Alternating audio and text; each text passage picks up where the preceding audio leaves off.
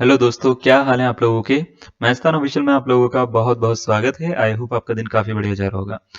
तो दोस्तों, हमने एक टॉपिक स्टार्ट कर रखा है। टॉपिक का नाम है बाइनोमियल थ्योरम। और लास्ट क्लास में जो परसों हमारी क्लास हुई है, परसों मतलब गढ़वाली वाला परसों, 2-3 दिन हो चुके हैं उसको, ठीक है। तो बीच में संडे वगैरह भी था।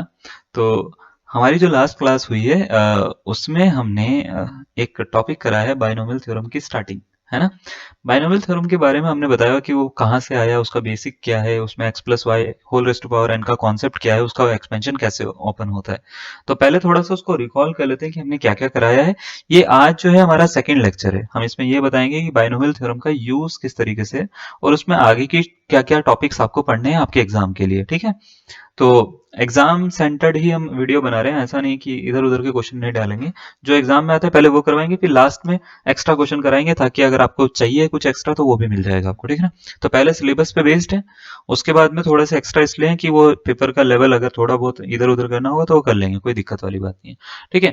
तो सबसे पहले तो देखो, मैंने आपको ये बताया था कि अगर आपके पास में x plus y whole raise to power n होती है तो इसका एक्सपेंशन कैसे ओपन करते हैं, ये रहा। ये होता है NC0 x raise to power n होता है, NC1 x raise to power n minus one y होता है, फिर NC2 x raise to power n minus two y square होता है। ऐसे करते करते करते करते अगर जनरल टर्म लिखी जाए तो जनरल टर्म ये होती है इसकी, NCR x raise to power n minus r y raise to power are.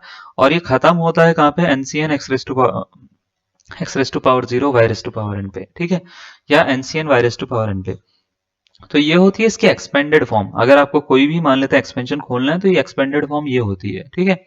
अगर इसको समेशन में लिखना है आपको तो x plus y whole raised to power n को हम चाहें तो ऐसे लिख सकते हैं, summation r is equal to zero से एन लिखा जा सकता है इसको, n C r x raised to power n minus r, और y raised to power r लिखा जा सकता है, ठीक है।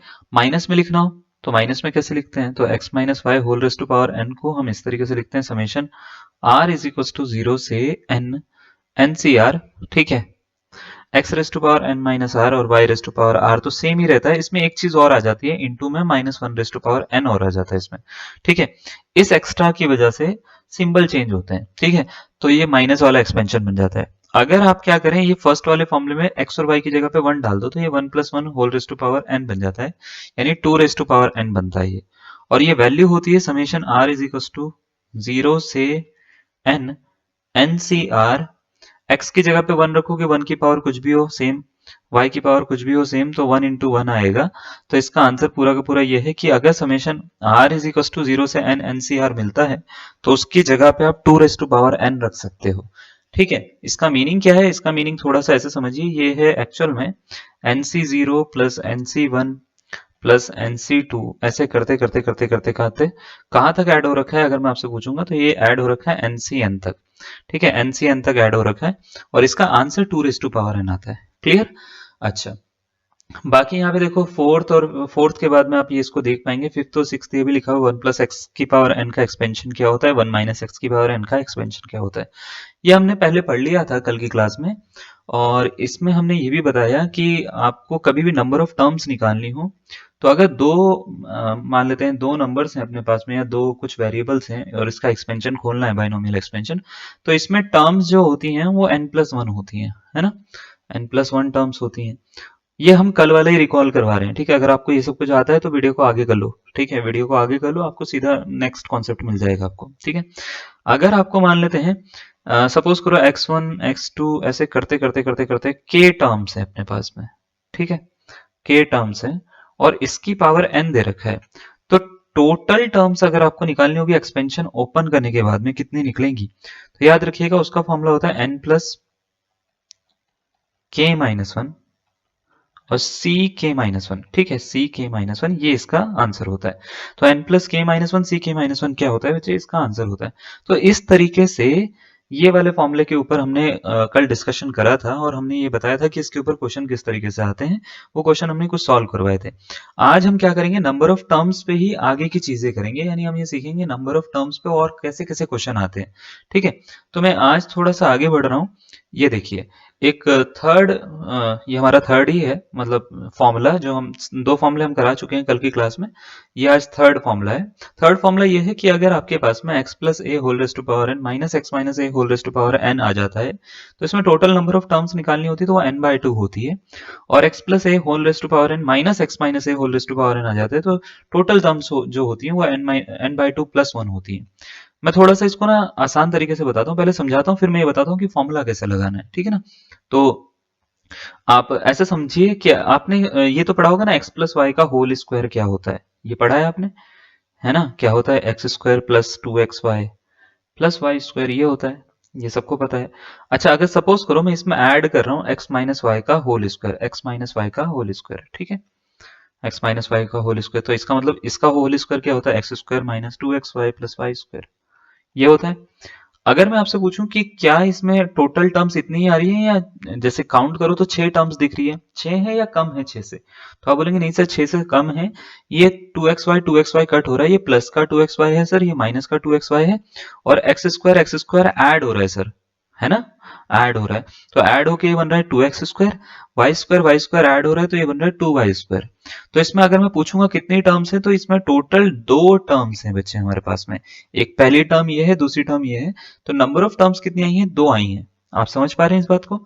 अगर मैं आपसे पूछूंगा, चलो इसमें प्लस ना करके मैं माइनस करता हूँ इन दोनों को, एक्स प्लस वाई का होल स्क्वायर, है ना, माइनस एक्स माइनस वाई का होल स्क्वायर, सपोज करो बीच में सिंबल क्या कर दिया मैंने, माइनस का लगा दिया, तो ऐसे बनेगा x square plus 2xy plus y square, इसमें माइनस करेंगे एक्स स्क्वायर माइनस 2xy, है ना, प्लस वाई स्क्वायर। अब जैसे माइनस को अंदर मल्टीप्लाई करेंगे तो ये माइनस से ये वाला प्लस वाला कट होगा, ये माइनस माइनस प्लस हो जाएगा तो ये 4xy हो जाएगा, है ना, इस 2xy से ये 2xy जुड़ जाएगा, फिर वाई स्क्वायर कट होगा, है ना। तो ये 4xy अगर मैं पूछूंगा कितनी टर्म मिली, तो आप बोलेंगे सिर्फ एक टर्म मिली है सर, एक टर्म मिली है, ठीक है, TERM, ठीक है, टर्म या टर्म, है ना, तो एक टर्म मिली है। अब सपोज करो कोई एक्सपेंशन ऐसा आ गया जिसकी पावर बहुत बड़ी है, सपोज करिए 20 पावर है, 30 पावर है, तो इसको सॉल्व कौन करेगा बैठ के, है ना, ओपन तो करना मुश्किल हो जाएगा हमारे लिए। तो अगर मुझे पता लगाना है कि तब उस केस में अगर यहाँ पे सेम सेम चीजें लिखी गई हैं, सेम सेम है, ठीक है, बीच में प्लस का या माइनस का सिंबल है, तो उस केस में कितनी नंबर ऑफ टर्म्स निकलती हैं, तो उसके लिए ये दो फॉर्मूले होते हैं, पहला फॉर्मूला ये होता है, दूसरा फॉर्मूला ये होता है। पहला वाला माइनस के लिए लगता है, दूसरा वाला प्लस के लिए लगता है। सपोज करो यहाँ पे 2 पावर थी, तो अगर मैं इसको फॉर्मूले से करूंगा, तो फॉर्मूले से ये कहता है कि अगर मान लेते हैं आपके पास में x plus y whole raised power कुछ भी आ गया, y raised power x minus y whole raised power कुछ आ रखा है, suppose that power is n, है ना। तो अगर आपको टोटल टर्म्स निकालनी होगी तो उसका आंसर होता है n/2, n मतलब यहाँ पे 2 है, तो टोटल टर्म्स अगर आपको निकालनी होंगी तो बस इसको 2 से डिवाइड कर दो, आपका आंसर आ जाएगा, तो 2/2 यानी आंसर कितना 1 आ गया। बात समझ में आ रही है, तो इस n को 2 से डिवाइड करो, आंसर खत्म हो जाएगा। अब अगर आपको ये सिर्फ टर्म्स काउंट करेगा, टर्म निकाल के नहीं देगा, जैसे 4xy नहीं बताएगा कि इसका आंसर 4xy आएगा, ये नहीं बताएगा, ये बताएगा कि कितने आंसर आएंगे, खोलने पर कितनी टर्म्स मिलेंगी आपको, ठीक है। अगर जैसे प्लस दे रखा है तो प्लस में क्या करेंगे, n की जगह पे यहाँ पे देखो, अगर इसको फॉर्मूले से करता हूं मैं, ठीक है, फॉर्मूले से करता हूं मैं, सपोज करो n की जगह पे यहाँ पे है 2, तो इसका आंसर होगा, टोटल टर्म्स निकालनी होगी तो टोटल टर्म्स क्या होंगी, तो आप बोलेंगे सर n/2 होता है प्लस 1 होता है, तो 2/2 होगा सर प्लस 1 होगा, इसको आंसर मिल जाएगा हमारे पास में 1 + 1 यानी 2 इसका आंसर होगा। तो इसमें टोटल 2 ही टर्म्स निकल रही थी, आप देख भी पा रहे होंगे, 2x² + y² प्लस 2y², है ना, ऐसे करके। क्लियर, ठीक है। तो अब हम क्या कर रहे हैं, देखो मैं आपको थोड़ी सी चीजें बता देता हूँ, अब इसके बाद में हम कुछ क्वेश्चन स्टार्ट करते हैं, और क्वेश्चन में सारे क्वेश्चन लेंगे हम, हर तरह के क्वेश्चन लेंगे, ट्राई करिएगा हर क्वेश्चन का आंसर जल्दी जल्दी बनाने का, ठीक है। तो चलिए, जैसे फर्स्ट क्वेश्चन से हम स्टार्ट करते हैं। फर्स्ट क्वेश्चन ये है हमारा, आपसे बोल रखा है the number of terms, the total number of terms in the expansion of x plus 2y whole raised to power 100 minus x minus 2y whole raised to power 100 is। सबसे पहले आप ये देखिए यहाँ पे दो फॉर्मूले, एक तो प्लस का एक माइनस का है। माइनस वाले में नंबर ऑफ टर्म्स होती है n/2, प्लस वाले में नंबर ऑफ टर्म जो होती है n/2 + 1। देखो ये दिख रही है, n/2 + 1 तब लगाना है जब यहाँ पे प्लस होगा, माइनस वाले में n/2 ही रखना है बस आपको। तो अगर मैं आपसे पूछूंगा टोटल टर्म्स कितनी होगी, तो याद रखिएगा टोटल टर्म्स सिंपल सा एक तरीका होता है, n/2 यानी 100 को 2 से डिवाइड करो, आपका आंसर कितना आ गया, 50 आ गया। ऑप्शन नंबर डी इसका आंसर। तो कितना हलवा क्वेश्चन लगता है ये, है ना, तो चीजें पता है तो कितना हलवा हो जाता है। नेक्स्ट देखो जरा, अगर मान लेते हैं आपसे पूछ रखा है ये वाला क्वेश्चन, केवीएस पीजीटी 2022 में आया है। क्वेश्चन में ये बोल रखा है the total number of terms in the expansion of, ठीक है, आफ्टर सिंप्लीफिकेशन। पावर दे रखी है 100, तो इसका मतलब ये है कि यहाँ पे n की वैल्यू कितनी है बच्चे, 100 है। n की वैल्यू अगर 100 है तो टोटल टर्म्स के लिए क्या करना है आपको, टोटल टर्म्स के लिए याद रखना है क्या कि n/2 +1 होगा। अगर प्लस लग रखा है तो प्लस प्लस ऐसे याद रखो, प्लस में +1 करना है, माइनस में कुछ नहीं करना, ठीक है। तो 100/2 +1, तो 50 + 1 कितना होता है ना, 50 + 1 होता है बच्चे 51। ओके, बी फॉर बम्बई इसका करेक्ट आंसर है, ठीक है, समझ में आ गया। नेक्स्ट क्वेश्चन पे आते हैं। इलस्ट्रेशन 15, ये कोई क्वेश्चन है, देखो जरा, क्वेश्चन में बोल रखा है इसमें नंबर ऑफ टर्म्स बताओ कितनी होगी। चलो जल्दी करना, थोड़ा सा देखकर भी तुम आंसर बता सकते हो। यहाँ पे n की वैल्यू कितनी है, n की वैल्यू 50, स्पीड बढ़ा दे। हाँ तो बताओ टोटल टर्म्स कितनी होगी, बहुत सही है ना, तो टोटल टर्म्स होंगी कितनी, 50/2 + 1। समझ में आया कैसे करा हमने, बहुत सही, ठीक है। तो 26 टर्म्स होंगे, ऑप्शन नंबर कितना, 20 का करेक्ट आंसर है। हलवा है ना। चलो याद रखिएगा, लेकिन ये फॉर्मूला कब लगेगा, जब ये दोनों सेम होंगे, सेम होने जरूरी है, ठीक है। x और 3y, x और 3y दोनों है, एक बार प्लस में एक बार माइनस में। अब ये वाला देखो 51 दे रखा है, तो इसका आंसर क्या होगा, जल्दी से बताइएगा। सही सही, ठीक ठाक, बढ़िया बढ़िया। अब आप बोलेंगे सर आपने जो फॉर्मूला बनाया है वो तो काम नहीं कर रहा सर, यहाँ पे बिल्कुल भी काम नहीं कर रहा है, इसमें ये फॉर्मूला कैसे लगा है जो आप बोल रहे हैं शॉर्ट ट्रिक, वो यहाँ पे तो काम नहीं कर रही है। x + a whole raise to power 51 minus x minus a whole raise to power 51, कैसे सॉल्व करेंगे इसको फिर हम।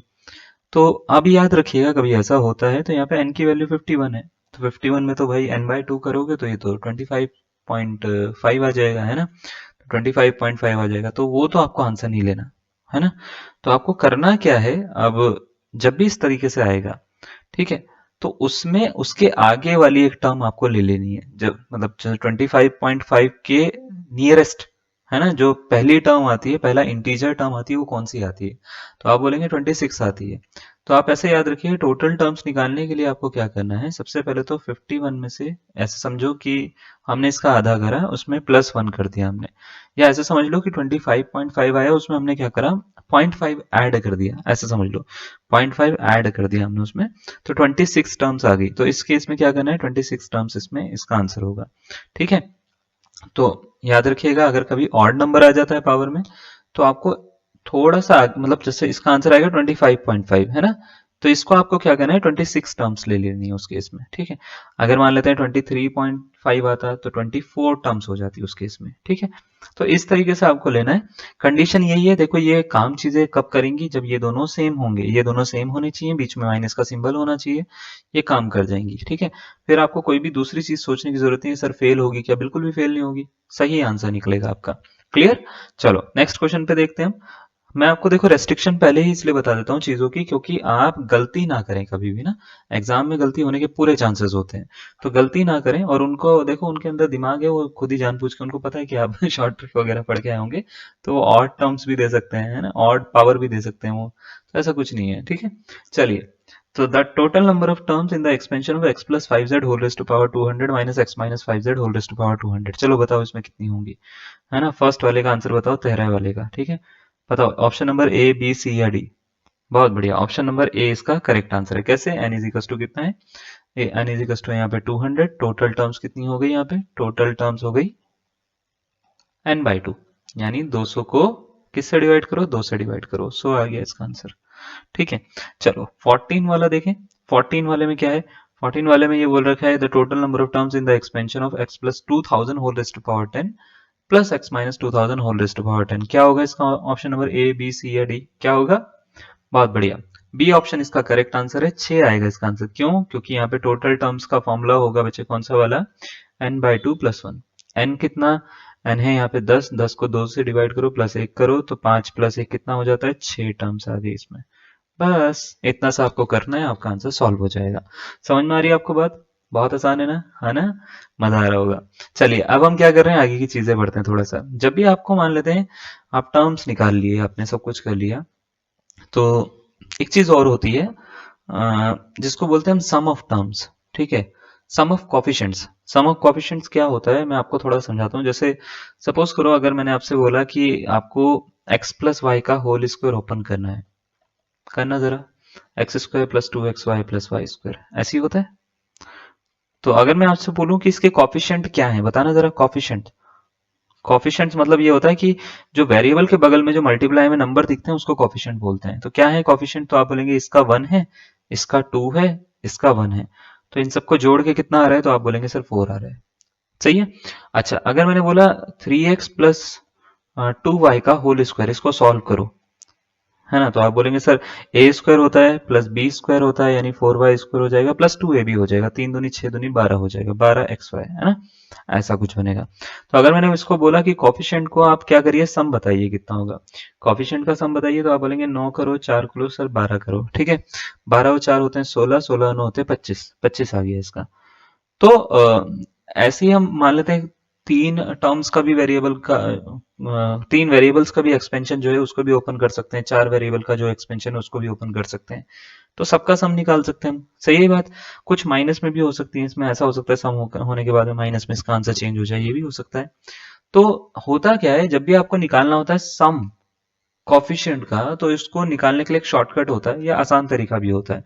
तरीका ये होता है कि जब भी हम सम निकाल रहे हैं तो याद रखिएगा, हम इसको और एक्स और वाई को तो कंसीडर ही नहीं कर रहे हैं, हम कंसीडर कर रहे हैं इसके आगे जो नंबर है उनको कंसीडर कर रहे हैं, जैसे 9 4 12, है ना, इसको कंसीडर कर रहे हैं। जैसे एक्स और वाई को तो मैंने कंसीडर नहीं करा, इसके आगे 1 और 1 था वो मैंने कंसीडर करा, तो 1 फिर 2 फिर 1, इसको कंसीडर करा और इसको ऐड करा।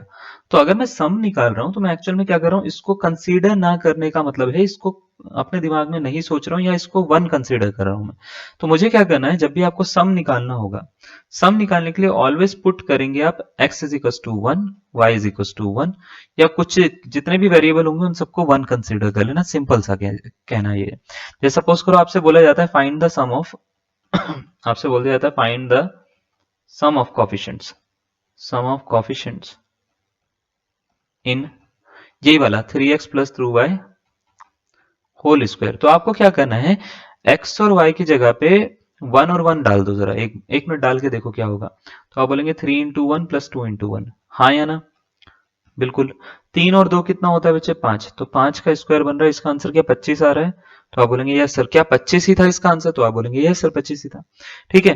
तो होता क्या है, अगर जब भी आपसे सम पूछा जाता है कॉफिशिएंट का, मेरी बात याद रखिएगा, कॉफिशिएंट का जब भी सम पूछा जाता है तो आपको बस एक्स और वाई के प्लेस पे 1 सब्सटीट्यूट करना है। जैसे आप 1 सब्सटीट्यूट करोगे, जैसे यहाँ पे 1 प्लस 1 2, 2 का स्क्वायर 4, 1 इंटू 3 2 इंटू 1 का होल स्क्वायर, 5 का स्क्वायर यानी 25।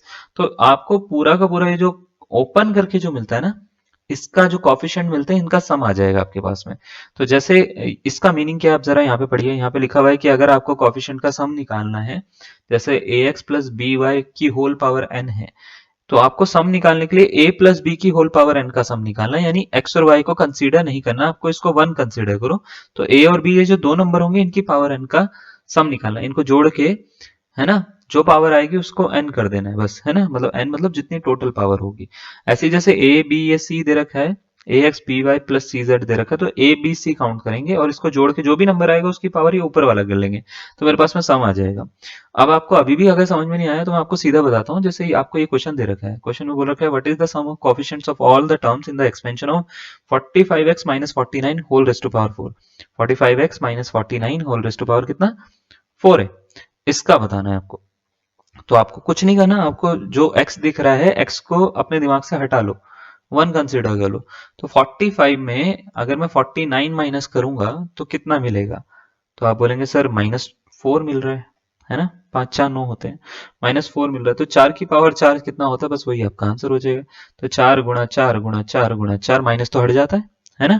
तो देखो 4 चौक 16, 16 चौक 64, चौक चौक होता है बच्चे 256, 256 इसका क्या हो जाएगा, करेक्ट आंसर हो जाएगा। तो ऑप्शन नंबर डी इसका क्या होना चाहिए, मेरे हिसाब से करेक्ट आंसर होना चाहिए। बात समझ में आ रही है? क्लियर है, कोई डाउट है इसमें, कोई किसी भी तरीके का कि सर क्या करा क्यों करा? आपको करना क्या है, जो भी वेरिएबल होगा वेरिएबल को 1 कंसीडर कर लेना, आपका सम निकल के आ जाएगा। ठीक है। अब इसमें अलग अलग तरह के क्वेश्चन कैसे आते हैं वो बताऊंगा।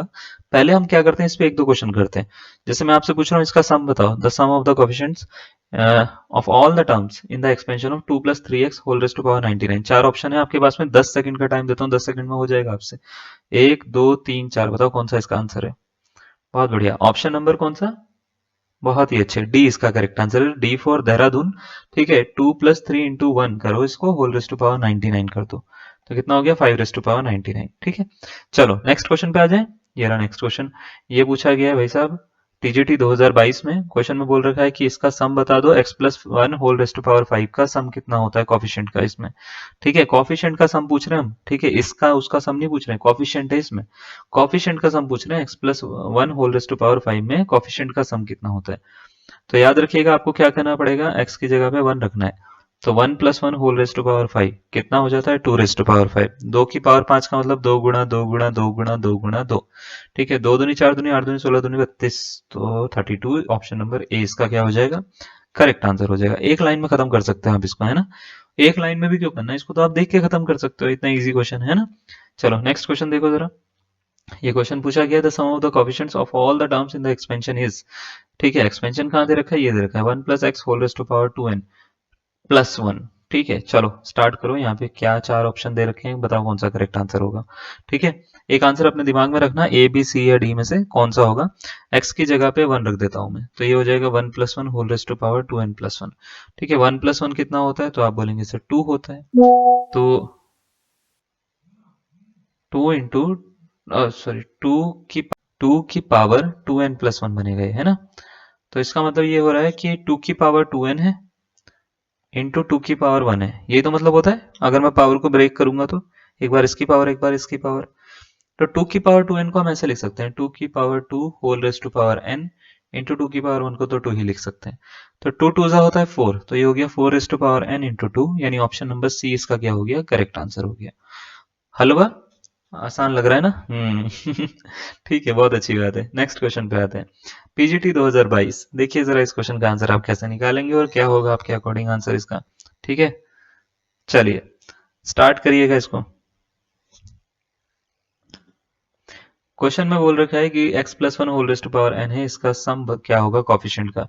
तो देखिए अगर ऐसा है तो 1+1 whole raised to power n करूंगा, इसका आंसर हो जाएगा 2 रेस्ट टू पावर n।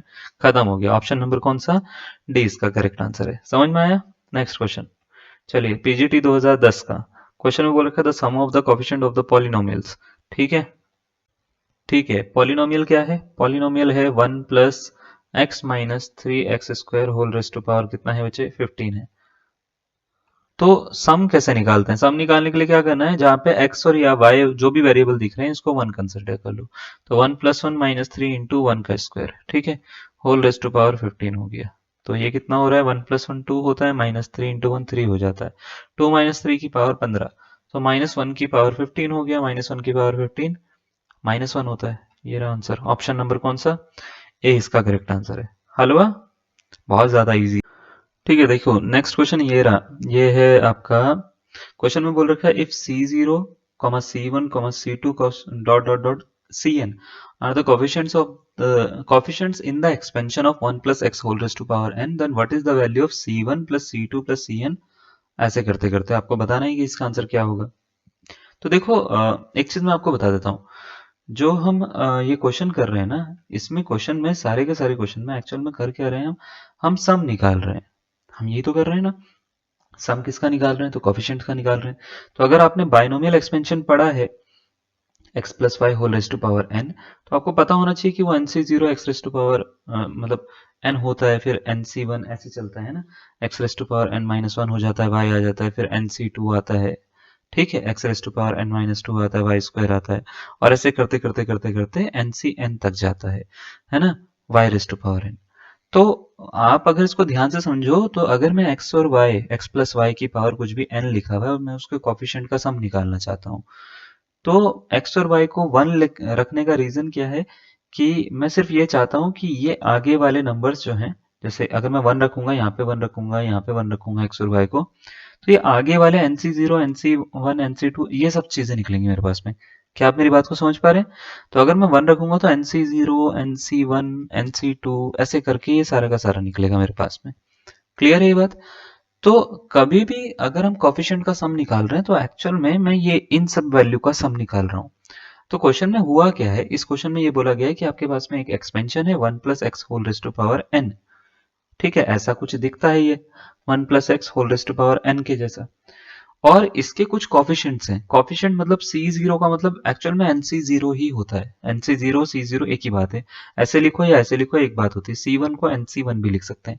तो आपसे ये बोल रहे हैं कि NC1 NC0 NC1 ऐसे बहुत सारे करते हुए NCN तक इसके कॉफिशिएंट्स है। आगे बात समझ में? ठीक है, अब ये बताओ कि इनको जोड़ के कितना आएगा। 1 से लेके n तक जोड़ना है हमारे को, इसको इंक्लूड नहीं करना। तो बताओ कितना आएगा। 4 ऑप्शन आपको दे रखे हैं, आपसे पूछा गया है कि इसका आंसर क्या होगा। मेथड वही यूज करेंगे, है ना। जहां तक मेथड यूज होगा वहां तक हम यूज करेंगे, जहां पे नहीं यूज होगा तो भी मैं बताऊंगा कि कैसे करना है। ठीक है, जैसे मेथड क्या होता है कि हमको क्या करना है, सबसे पहले पुट कर देना है x की जगह पे 1।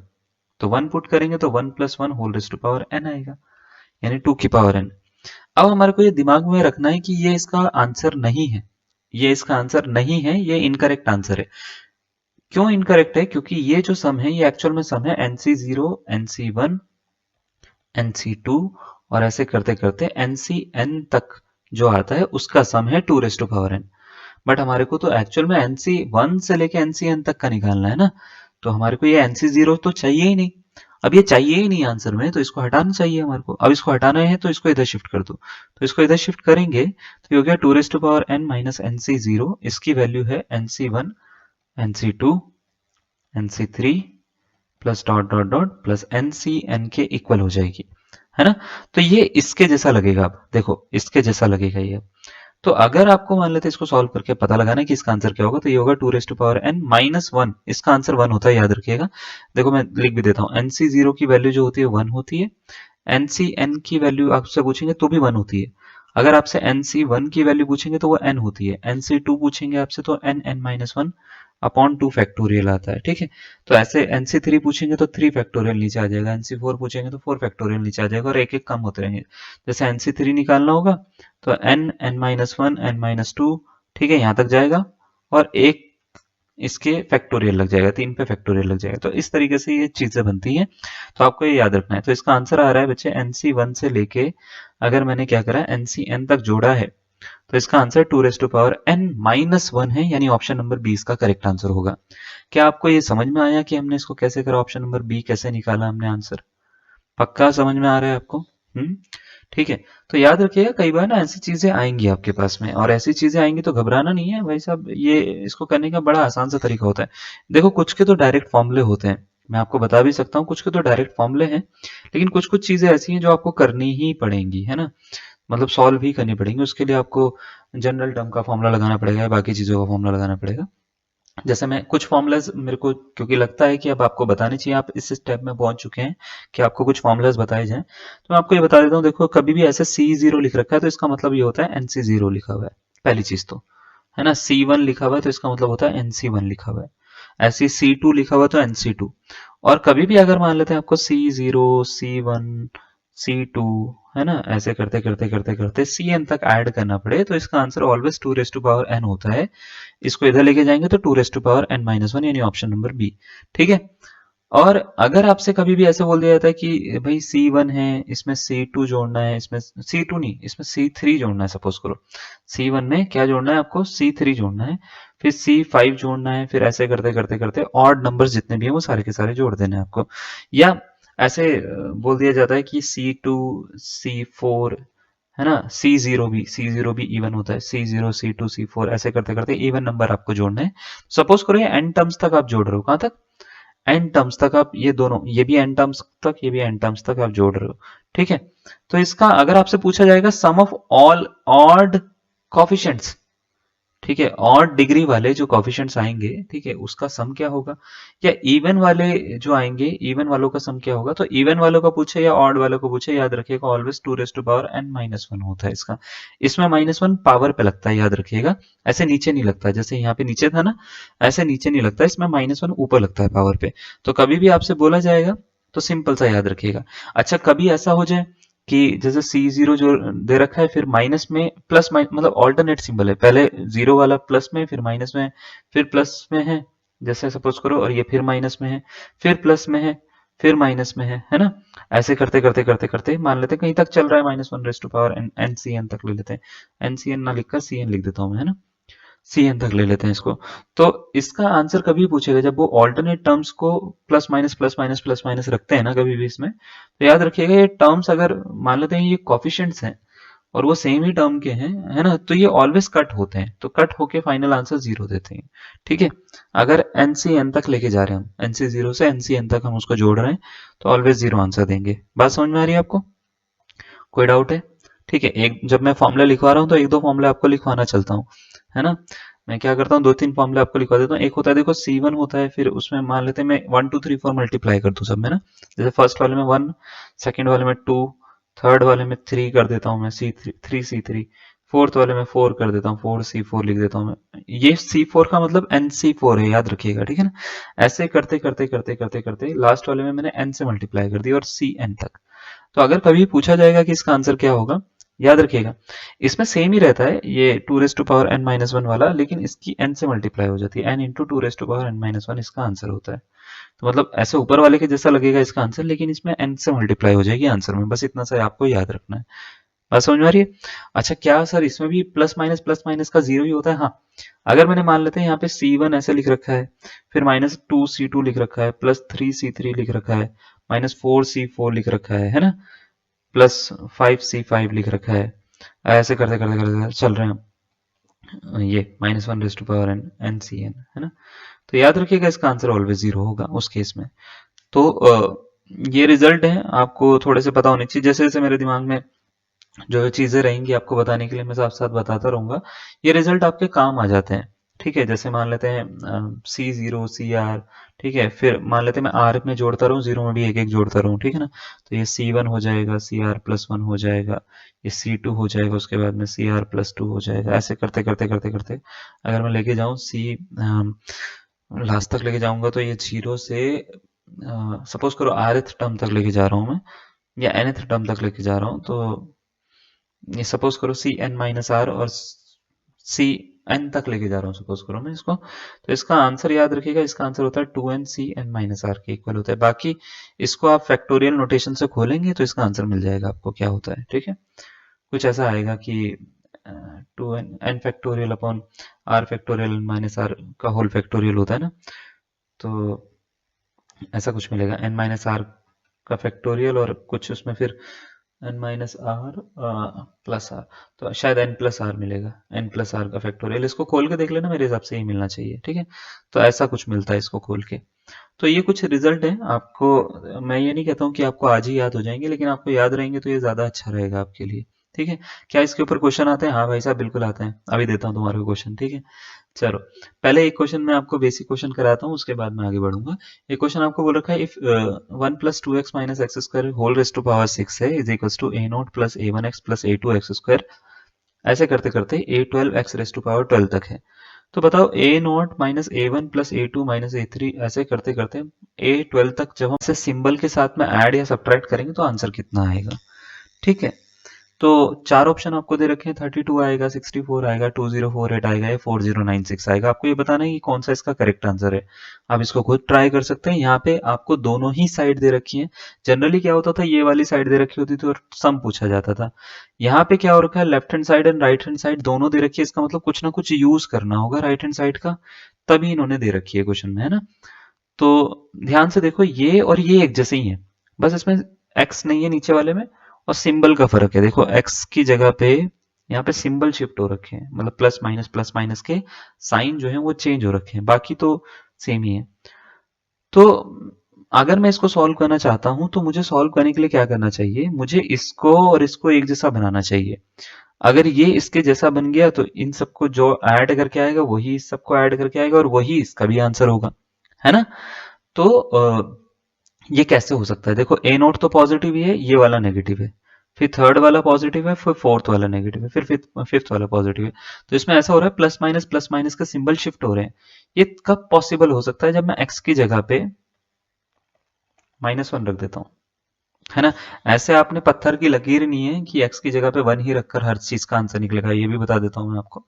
ठीक है, आप आपके अगर यहाँ पे सिंबल चेंज होते हैं तो आपकी चीजें भी चेंज हो जाती हैं। जैसे यहाँ पे प्लस माइनस है, तो यहाँ पे जरूरी नहीं कि +1 रख के ही आंसर निकलेगा। +1 रख के तो सारे प्लस वालों का आंसर निकलेगा, माइनस वालों का थोड़ी ना निकलेगा।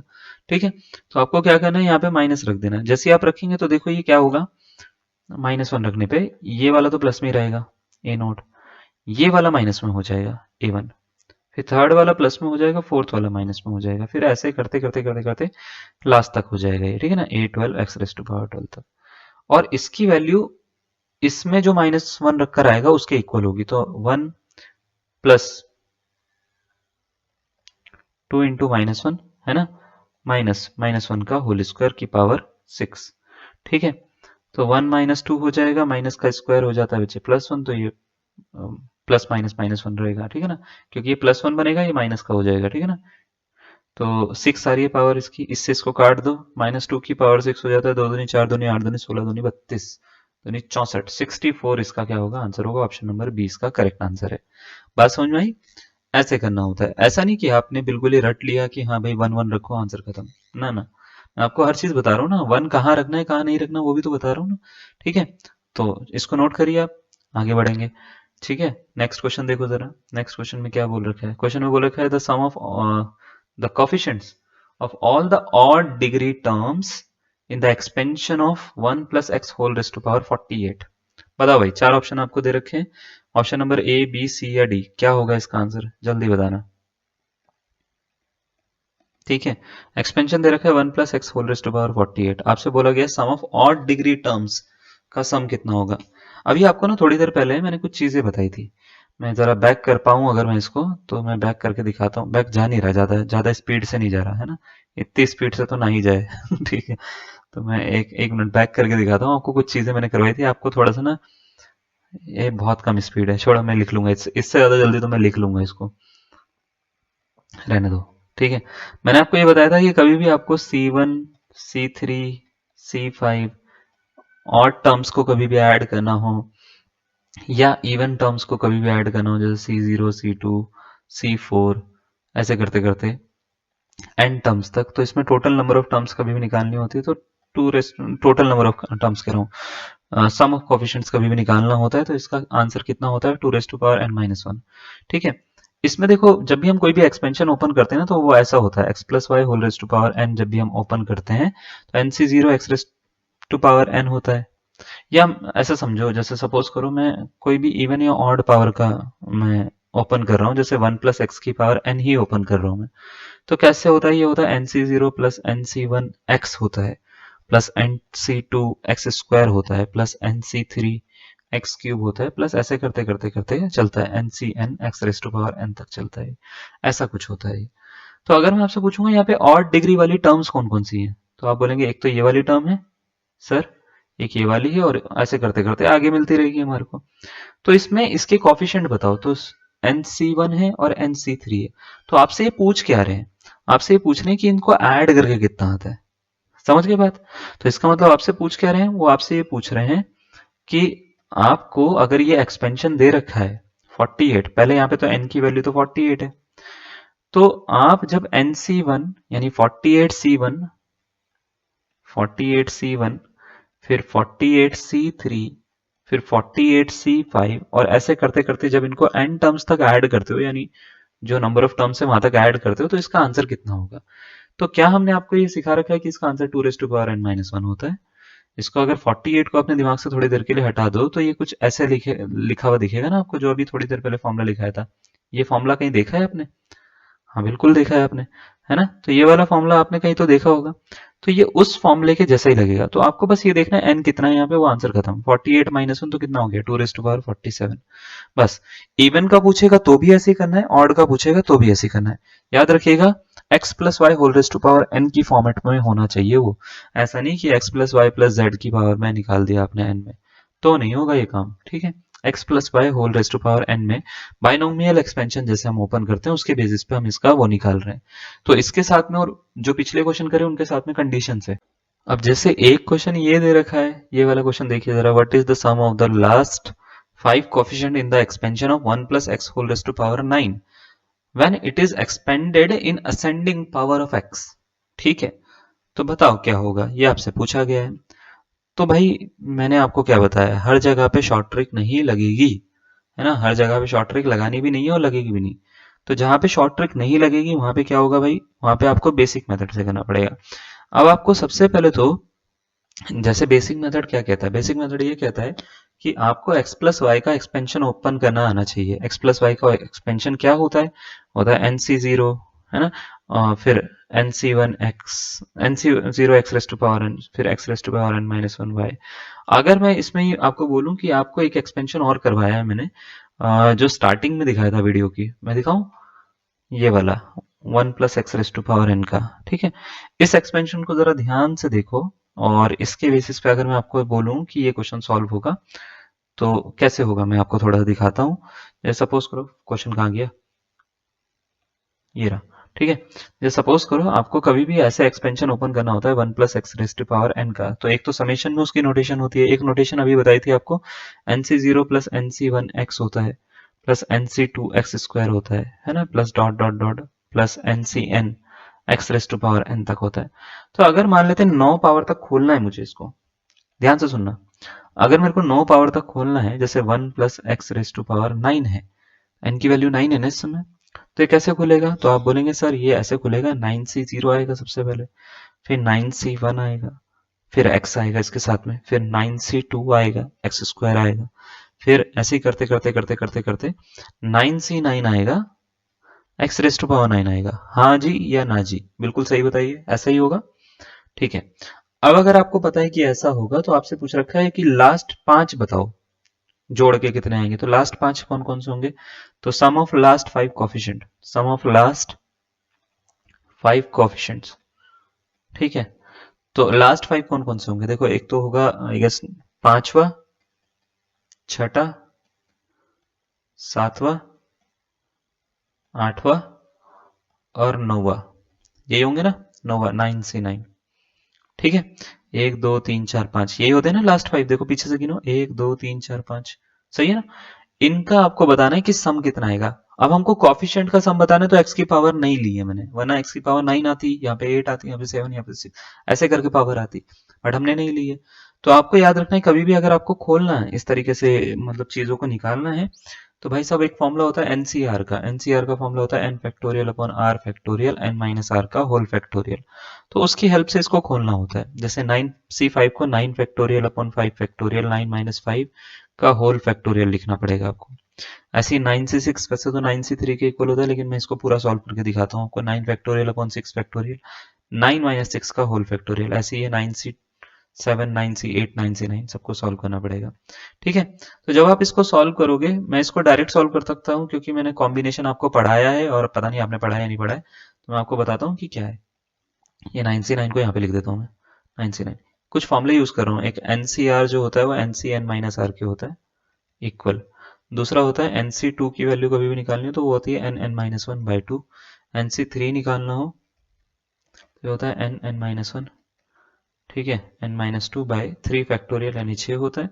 फिर इसी तरीके से अगर आपको मान लेते हैं NC4 निकालना है तो 6, यहाँ पे 24 आ जाएगा नीचे, मतलब 4 फैक्टोरियल आता है, n minus two n minus three divided by 4 factorial आ जाता है। और अगर कभी भी एनसीएन की वैल्यू निकालनी पड़े तो मतलब ये दोनों अगर सेम है तो इसका आंसर वन होता है। तो एनसीएन का मतलब जैसे 9C9 है, इसका आंसर वन होगा। 9C8 जो होता है, याद रखिएगा, 9C8 9C1 के इक्वल होता है इस वाले फॉर्मूले से, ठीक है।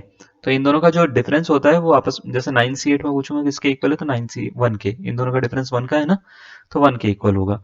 जैसे मैं पूछूंगा 9C7 किसके इक्वल होगा, तो इन दोनों का डिफरेंस देखो तो 9C2 के इक्वल होगा, ठीक है। तो 9C8 9C1 के इक्वल होता है, और याद रखिएगा NC1 की जो वैल्यू होती है वो n होती है, तो यहाँ पे 9 आ गया इसका आंसर। 9C7 को मैं सॉल्व करूंगा 9C2 को के इक्वल डाल के, तो ये हो जाएगा n minus one upon two, 4 बारी में कट रहा है ये, ठीक है। 9C6 को 9C3 की तरह से सॉल्व करूंगा मैं, अपॉन में 6 आएगा, 9C5 को 9C4 की तरह से, 9 into 8 into 7 into 6 divided by 4 factorial, 4 3 2 1, है ना, 3 दूनी 6 होता है, 6 से 6 कट हुआ, इससे ही कट हुआ, ठीक है। 9 दूनी 18 सत्ते, 18 सत्ते कितने होते हैं 126, है ना, प्लस 9 इसको काट दो, 3 3 9, 3 दूनी 6, 2 चौक 8, 3 चौक 12 7 84, 84 प्लस 9 चौक 36 प्लस 1। ठीक है, तो अच्छा 9 भी था ये, प्लस 9 प्लस 1। ठीक है, तो इन सबको जोड़ो जरा। 9 और 1 10, 6 16, फिर ये भी 10 ही हो रहा है, 26 हो रहा है। ठीक है, तो 6 आ गया, 3 8 11, 11 और 2 हो जाते हैं भाई साहब 12 13, 13 2 उसमें था 5 ही आ गया, फिर एक 256 आना चाहिए मेरे हिसाब से। तो 256 यानी ऑप्शन नंबर ए इसका क्या हो जाएगा, करेक्ट आंसर हो जाएगा। अब इसमें देखो ना, जैसे आपको थोड़ा बहुत तो मेहनत करनी पड़ती है, हम इसलिए जो है सीक्वेंस में चीज़ों को करवाते हैं। पहले बाइनोमियल थ्योरम इसलिए नहीं कराया गया, पहले आपको परम्यूटेशन कॉम्बिनेशन कराया गया था।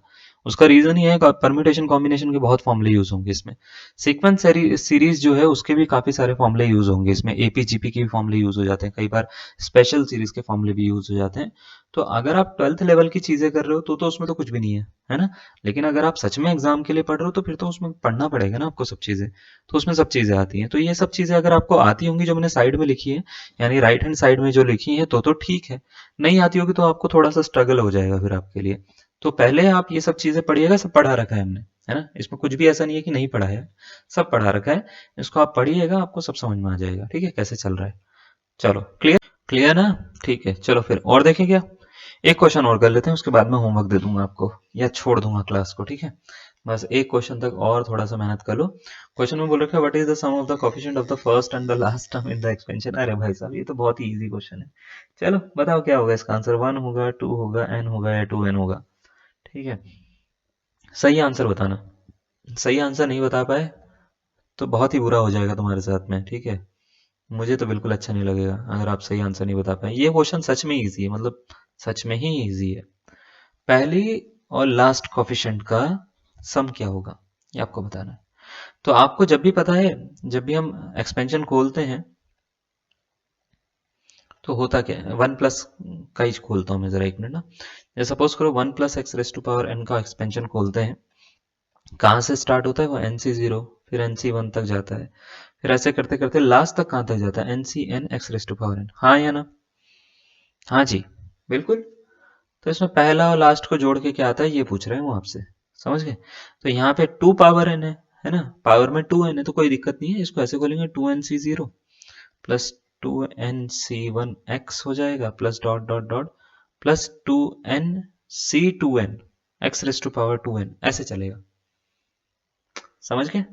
अब देखो, पहले वाले को लास्ट वाले को जोड़ना है। ठीक है, तो 2nc0 में 2nc2n उठा के डालना है। तो 2n0 की वैल्यू होती है 1, इसकी जब ये दोनों सेम होते हैं तो भी इसकी वैल्यू 1 होती है।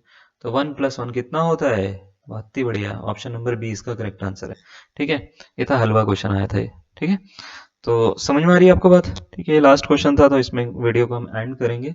आई होप आपको पसंद आ रहा होगा, नहीं पसंद आ रहा होगा तो बता दीजिएगा मुझे, है ना। पसंद आ रहा है तो भी बता दीजिएगा हमें। ठीक है, तो आज के लिए इतना ही करते हैं, मिलते हैं आपसे नेक्स्ट वीडियो में, नेक्स्ट क्लास में। ठीक है, बाय बाय, थैंक यू, धन्यवाद।